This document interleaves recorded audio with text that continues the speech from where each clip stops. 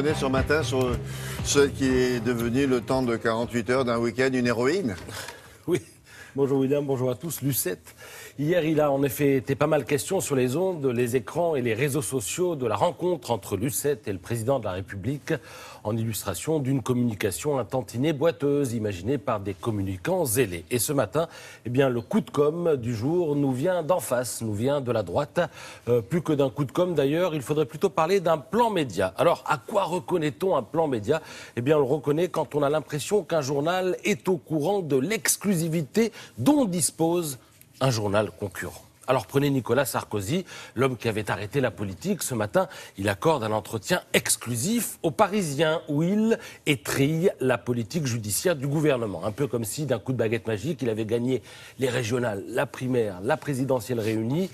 Il dégaine ce matin son programme. Alors il veut que les trafiquants de drogue soient interdits de séjour à leur sortie de prison dans le quartier où ils ont commis leurs méfaits. Il propose la création d'un grand ministère de la sécurité publique qui engloberait les douaniers, les gardiens de prison. Bref, il fait feu de tout bois. C'est exclusif, nous assure le Parisien. C'est écrit à la une, sauf que si Sarko parle aux Parisiens, son propos semble avoir préalablement fait l'objet de quelques fuites puisqu'on en retrouve l'essentiel sur 2 pages dans Le Figaro, journal ami dont l'éditorial ce matin est signé Yves Tréhard et salue, comme il se doit, les grands axes de la pensée sarkozienne en matière de politique pénale. Voilà donc pour l'organisation du plan média, ce qu'on pourrait appeler la logistique éditoriale. Après, il y a le contenu, et Nicolas Sarkozy estime que tout Français qui rentre du djihad devrait passer par la case prison. Concernant Air Cocaïne, il veut savoir au nom de quoi un magistrat a pu décider de faire géolocaliser son téléphone pour la seule raison qu'il avait voyagé sur la compagnie d'avions incriminée.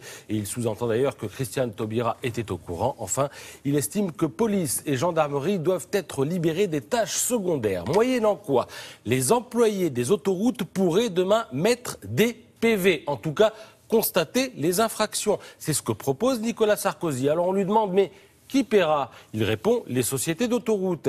Mais on lui répond, elles risquent de répercuter ce surcoût sur les tarifs des péages.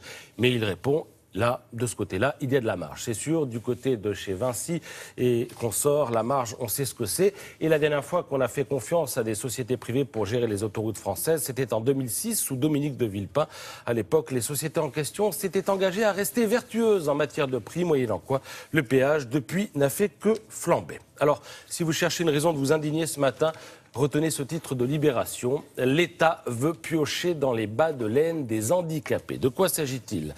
Ça concerne le projet de loi de finances 2016. Il prévoit une diminution des aides pour les adultes en incapacité de travailler lorsqu'ils ont un livret A. Ça a été voté en première lecture tout récemment par les députés. Alors, Libération prend le cas de Thierry, qui vit avec 808 € par mois. C'est son allocation de personnes handicapées. 808 € auxquels s'ajoutent 180 € pour son incapacité à travailler. Eh bien, ses ressources risquent d'être réduites à partir du moment où il aura touché 1 €, un seul, venant des intérêts de son livret A. Évidemment, une pétition a déjà sorti. Elle a déjà recueilli 20 000 signatures. Certains handicapés ont vidé leur livret A, qui souvent d'ailleurs est rempli par les parents qui ont peur du jour où ils ne seront plus là. Je rappelle qu'en France, il y a 210 000 personnes handicapées ayant plus de 80% d'invalidité et qui sont traitées de manière minable.